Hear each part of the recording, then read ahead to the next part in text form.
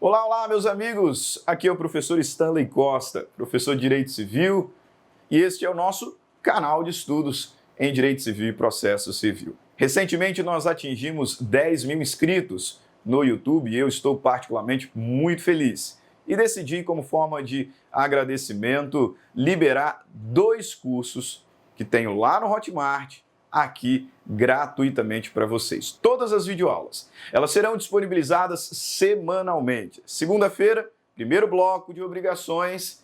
Terça-feira, segundo bloco de obrigações. Quarta-feira, primeiro bloco de contratos. Quinta-feira, segundo bloco de contratos, até que todas as aulas estejam disponíveis aqui gratuitamente. Mas você pode ainda assim adquirir o nosso curso lá no Hotmart por um preço muito especial. Mais de 50% de desconto. Ah, professor, mas por que adquirir o curso sendo que as aulas serão disponibilizadas gratuitamente aqui no YouTube? Simples, porque adquirindo o curso você terá acesso a todas as aulas elas já estão gravadas e disponíveis na plataforma. Segunda razão, você terá acesso ao nosso super material didático.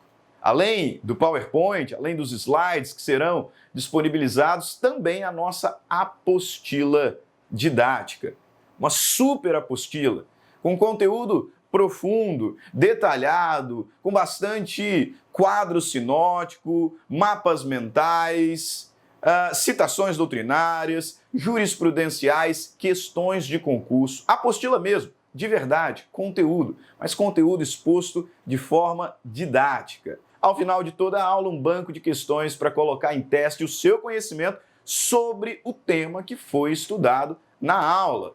E ainda, se você precisa daquelas horinhas complementares, está na faculdade, tem que cumprir hora complementar, ao final do curso terá acesso ao nosso certificado de horas, ok?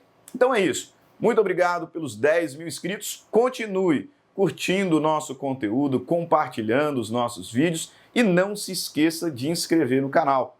Quanto mais crescer o canal, mais conteúdo gratuito eu disponibilizo aqui para vocês. Vamos transformar esse canal no maior de direito civil aqui do nosso país, ok? Grande abraço e vamos para a aula então. Até mais. Tchau, tchau.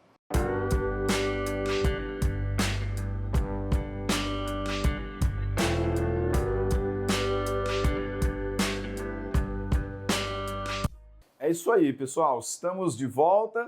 No primeiro bloco falamos sobre quem deve pagar ou quem pode pagar, né? E eu quero encerrar esse pedaço, no primeiro bloco não ia dar tempo, com uma lição preciosa da professora Maria Helena Diniz, falando sobre o terceiro não interessado. Olha o que a nossa grande mestra, né, nos diz sobre o tema. Terceiro não interessado que paga em seu próprio nome débito que não é seu, sem qualquer razão jurídica que justifique seu ato, sofre um empobrecimento, ao passo que o devedor se enriquece. Tem, portanto, direito ao reembolso do que despendeu, desde que a quantia desembolsada não exceda ao benefício que do pagamento resultou para o devedor. Infere-se daí que o artigo 305 do Código Civil se baseia na ideia de enriquecimento sem causa, perfeito? Então esse fundamento do reembolso nada mais é do que a famosa vedação ao enriquecimento sem causa, ok?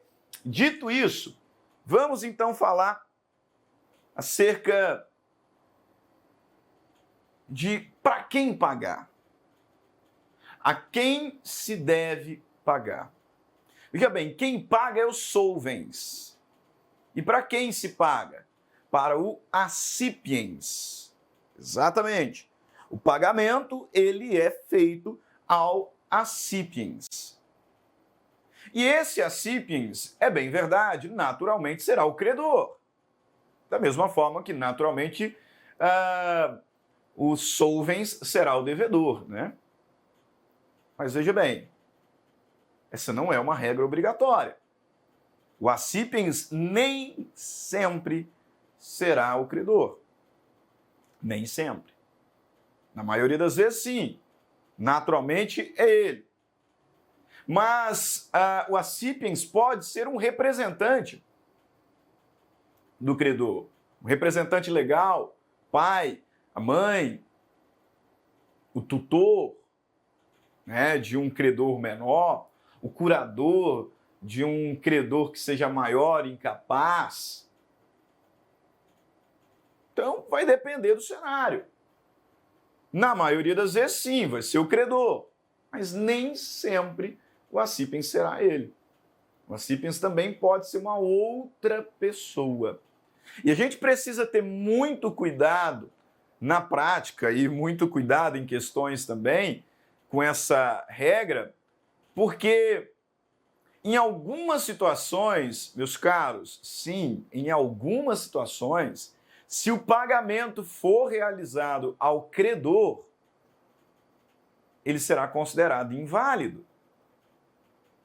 Há situações em que, se eu pago para o credor, o pagamento não valerá. E aí lembre-se, né? Quem paga mal, paga duas vezes. Eu vou ter que repetir o pagamento. Exatamente. Então a gente precisa ter bastante atenção. Os solvens têm que ter muita cautela com relação à legitimidade da pessoa para quem ele está pagando. Porque se ele errar, corre-se o risco do pagamento ser considerado inválido e dessa forma necessária a sua repetição. Perfeito? Há situações, por exemplo, em que se você pagar para o credor, o pagamento será inválido. Por quê? Porque esse credor é incapaz. O credor é incapaz. E por conta disso, se você fizer o pagamento para ele, não vai valer.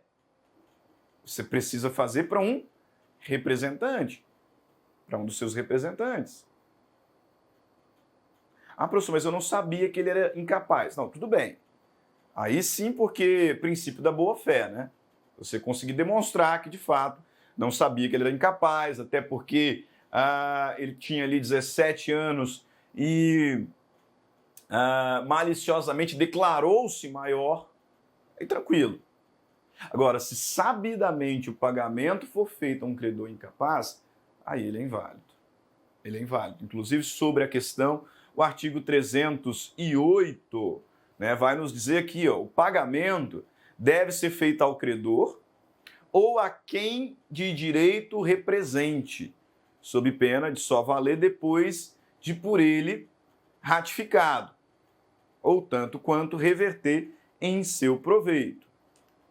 Olha o artigo 310. Não vale o pagamento cientemente feito ao credor incapaz de quitar, se o devedor não provar que em benefício dele efetivamente se reverteu. Então não valerá o pagamento feito cientemente a credor incapaz, a menos que eu prove, né, que eu não sabia disso, que eu estava de boa fé, ou que eu prove que o benefício se reverteu efetivamente ao credor. O artigo 312 nos traz ainda uma outra situação em que o pagamento não pode ser feito para o credor. Ah, professor, quando? Quando o crédito estiver penhorado.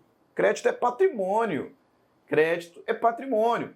Então, se eu devo, da mesma forma que o meu carro pode ser penhorado, né, que o sítio que eu tenho ali onde vou passar meus finais de semana pode ser penhorado, também poderá um eventual crédito. Talvez eu não tenha nada, mas eu tenho 50 mil para receber daqui a um ano. O crédito poderá ser penhorado. E aí, nesse caso, se você é devedor, foi notificado da penhora do crédito e paga para o credor, você está pagando mal, né? Você está pagando mal. Olha o texto do artigo 312. Se o devedor pagar ao credor, apesar de intimado da penhora feita sobre o crédito ou da impugnação a ele oposta por terceiros, o pagamento não valerá contra estes, que poderão constranger o devedor a pagar de novo. Quem paga mal paga duas vezes, ficando-lhe ressalvado o regresso contra, né, o credor. mas que provavelmente não vai surtir tanto efeito, né? Porque eu posso ser obrigado a pagar de novo e eu vou regredir contra o credor. O credor deve Deus e o mundo. Então, possivelmente não vai gerar muito efeito. Se você foi intimado da penhora, não pague para o credor. Porque senão você está pagando mal. Ok? Beleza. Esses são os chamados elementos ou as condições subjetivas. Né? Condições que estão relacionadas às pessoas das partes. Existem algumas condições objetivas, que dizem respeito ao momento do pagamento, ao local do pagamento, à forma, né? Dizem respeito à prova do pagamento, enfim. Alguns desses elementos objetivos, algumas dessas condições objetivas, nós vamos trabalhar aqui nesse restante de aula. Começando pelo tempo do pagamento. O tempo do pagamento é muito importante, porque se eu não pago, nós já vimos, eu respondo. Não é verdade? A obrigação, como regra, ela tem débito e responsabilidade. Dessa maneira, se eu sou devedor e não faço o pagamento, eu vou responder pelo inadimplemento. Então, eu preciso saber quando pagar. Preciso saber quando pagar. Essa é uma informação muito importante. E, como regra, se as partes não convencionaram nada, a prestação ela é imediata. A prestação ela é imediata. Eu tenho que fazer o pagamento imediatamente. Olha o artigo 331. Salvo disposição legal em contrário, não tendo sido ajustada época para o pagamento, pode o credor exigi-lo imediatamente. Então, tão logo o credor exige, eu tenho que pagar. Já que nós não ajustamos nenhum momento, nenhuma data para esse pagamento. Existem, entretanto, algumas exceções. Uma primeira exceção a ser citada é a obrigação condicional. Obrigação condicional é aquela que está sujeita a evento futuro e incerto, né? Uma condição suspensiva. E o próprio legislador nos diz que a obrigação condicional, ela não produz esses efeitos de exigibilidade, senão depois de implementado o evento futuro incerto. Então, somente depois que for implementado o evento futuro incerto é que o devedor poderá ser cobrado. Okay? Eu prometi que aquele que passar numa prova da magistratura, dos meus alunos, né, de vocês, aquele que passar numa prova da magistratura no próximo ano vai ganhar um carro. Tá? Um exemplo, né? Deixa eu falar que eu estou aqui em reserva mental. Não sabe o que é, não? Pesquisa depois. Mas eu vou dar um carro para aquele que passar numa prova da magistratura daqui a um ano. Isso é uma condição. Só depois que a condição for implementada é que eu posso ser cobrado. E se ela for implementada, porque é um evento futuro incerto, né? Mas a exceção mais comum, sem dúvida alguma, é aquela que decorre da autonomia das partes. As partes, no exercício da autonomia privada, podem, dentre outros tantos elementos, definir o vencimento da obrigação. Definir a data de pagamento. E o legislador nos traz algumas regrinhas sobre a data de pagamento. Primeiro, ele me diz o seguinte, que só depois de vencida é que a obrigação pode, como regra, ser cobrada. Então, a ideia de exigibilidade é essa. Então, a obrigação vence no dia 10. Dia 10 eu posso ser cobrado? Não, dia 11. Porque eu tenho até o final do dia 10 para pagar. Né? Então, somente no momento em que a obrigação vencer é que surge a exigibilidade. É que o direito do credor terá sido violado e, portanto, surgirá a sua pretensão. Surgirá a sua pretensão. Essa é a ideia básica. Mas nós temos tanto situação de pagamento antecipado, como também situações excepcionais de antecipação do vencimento. Sobre o pagamento antecipado, veja bem, o prazo é de quem? O O prazo é do devedor, né? Se eu devo e a data é dia 10, para quem interessa esse prazo de verdade? Para o devedor. Porque até o dia 10 eu não posso ser cobrado. Na verdade, até o dia 11, né? Ninguém pode me cobrar. Então interessa para mim, devedor. Esse prazo é meu. Se esse prazo é meu e eu quiser pagar antes, eu posso? Posso. O prazo é meu. Não é isso que você faz? Às vezes a dívida vence só lá no dia 15, no dia 20, aí você paga.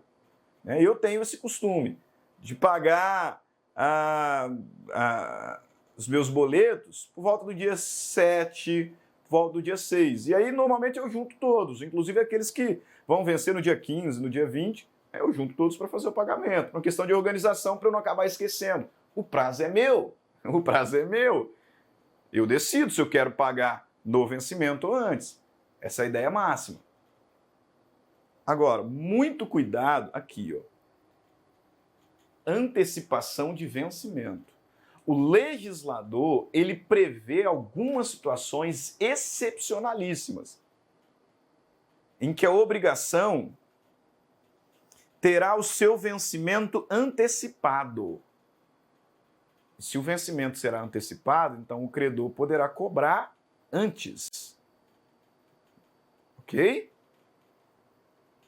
Regra geral, eu só devo lá quando passar o último dia de pagar.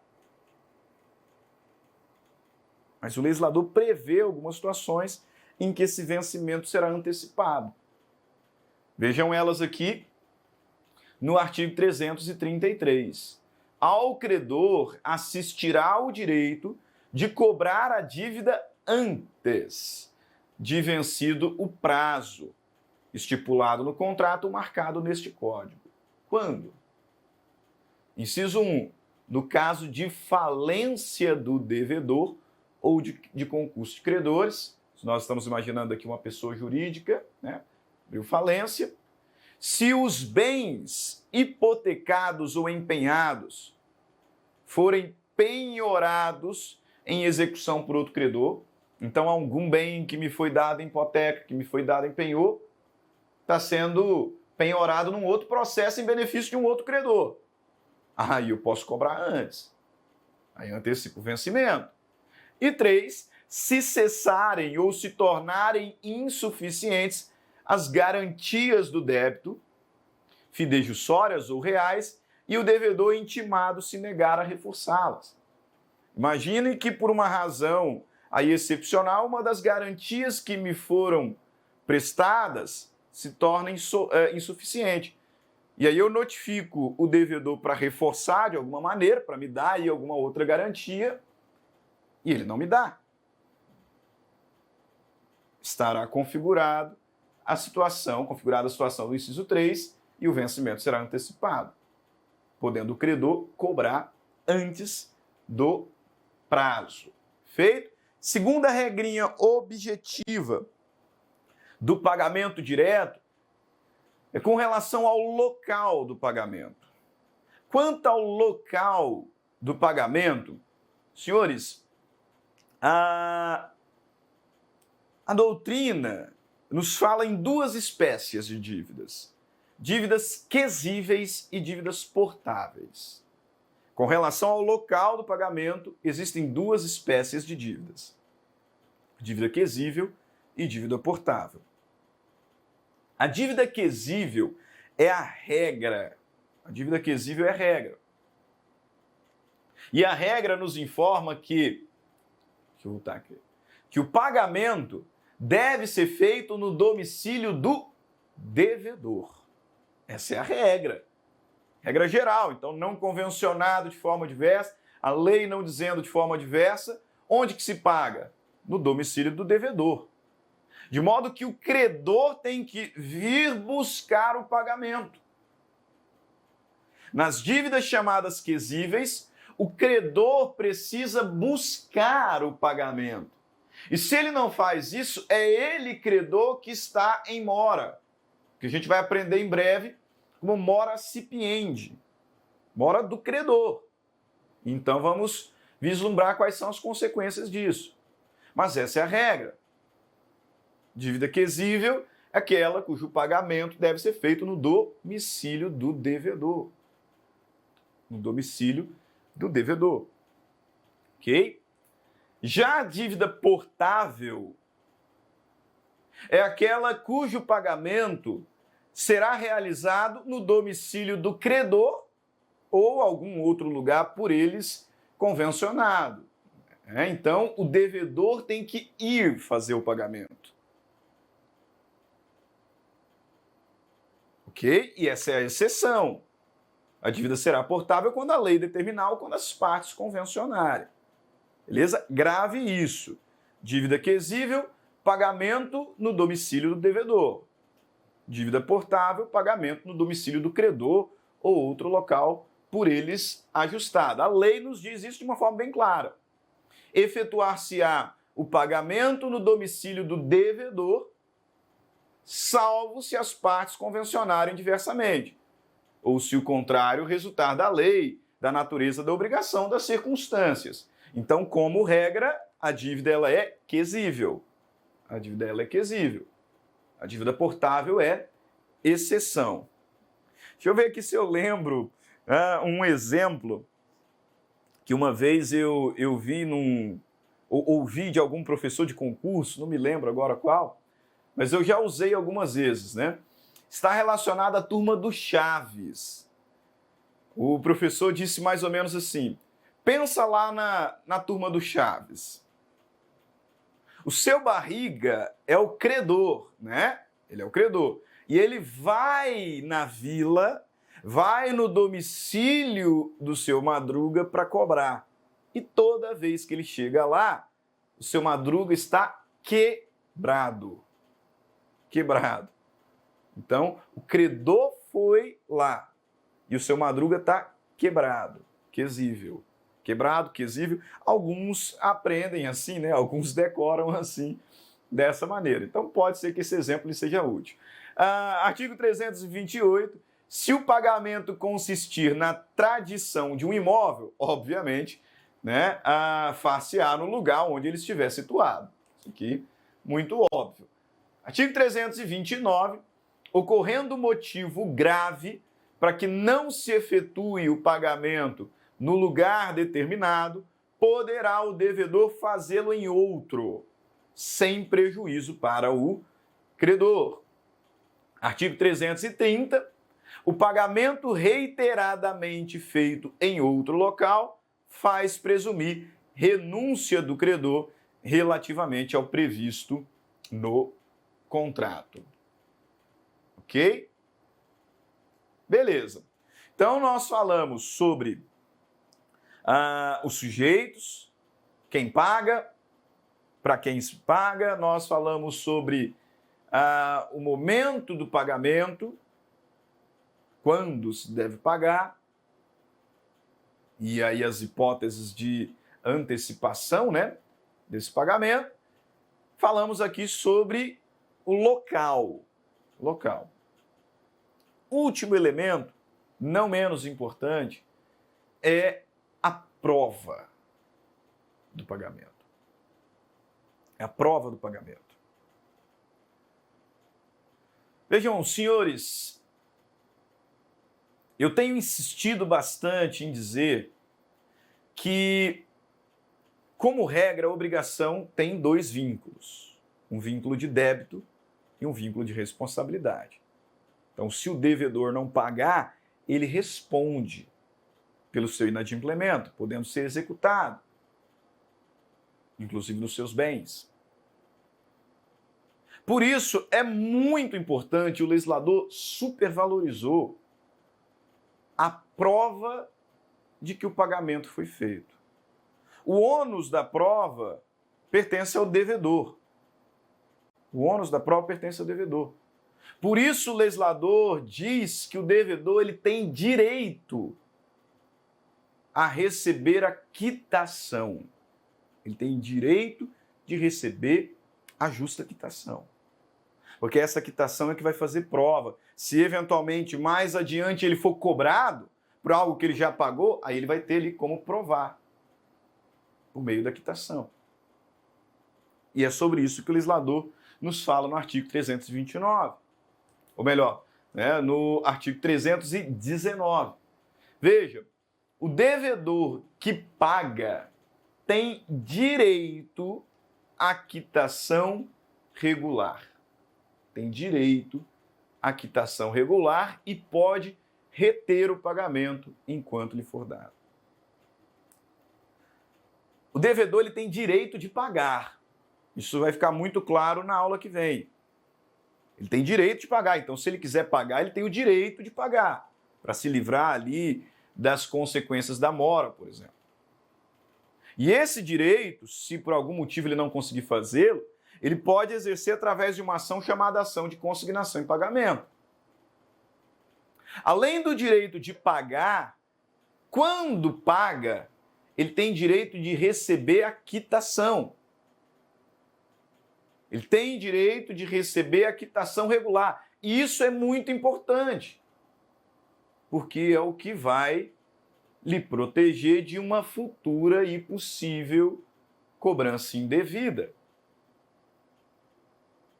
E esse direito é tão importante que o legislador diz que, se o credor se recusar a dar a quitação, o devedor pode reter o pagamento.